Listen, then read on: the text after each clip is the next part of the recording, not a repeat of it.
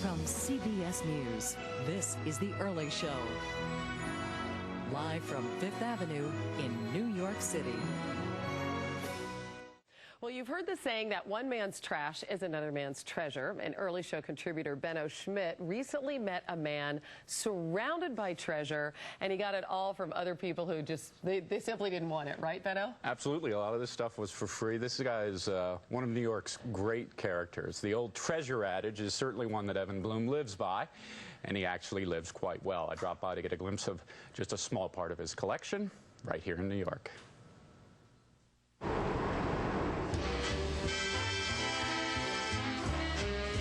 As a renaissance continues to change Harlem, where even the famed Apollo Theater is new and improved, one man has launched a quiet revolution nearby to hold on to seemingly everything old.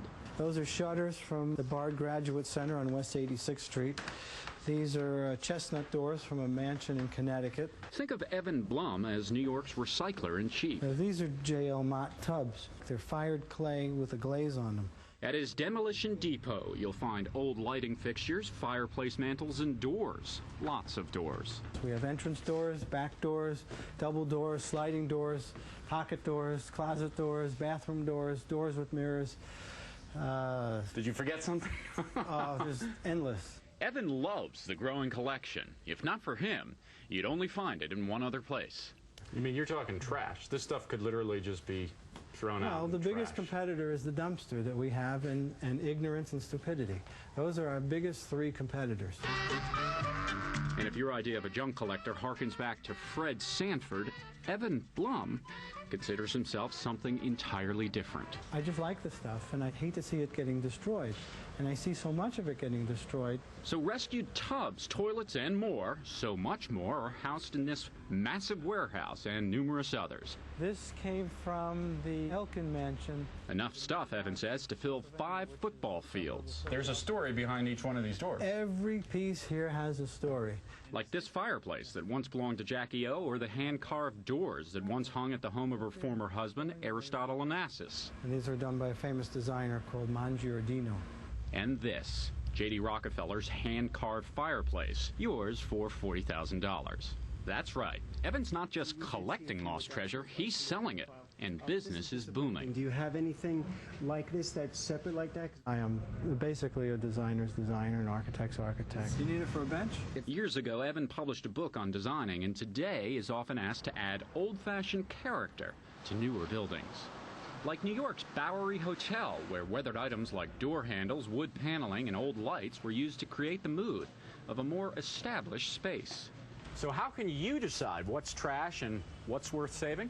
Evan says you don't need his 3.5 decades of experience to find hidden treasures, like this wrought iron balcony from Paris, or even a subway sign from here in New York.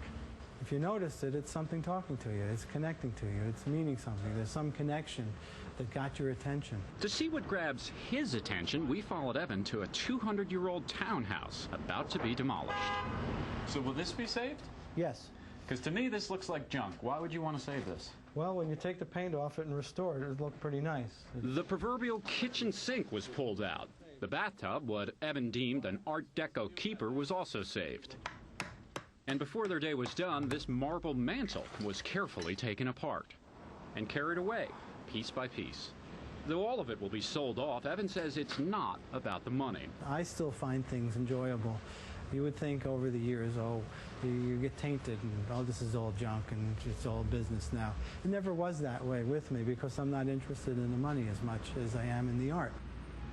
What a great guy. Evan owes his artful eye to his father, an architect who was a disciple of Frank Lloyd Wright, and his grandfather, a wood carver who once worked for the Rockefellers. Also, he was trained as a sculptor, a junk man with a pedigree.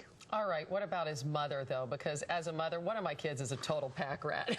It drives me crazy. Yeah, this guy redefines the term pack rat. Yes, he does. And when he was a teen, he started his collection, and his mother said, either you go or the collection goes. And so who went? I think he went with his collection.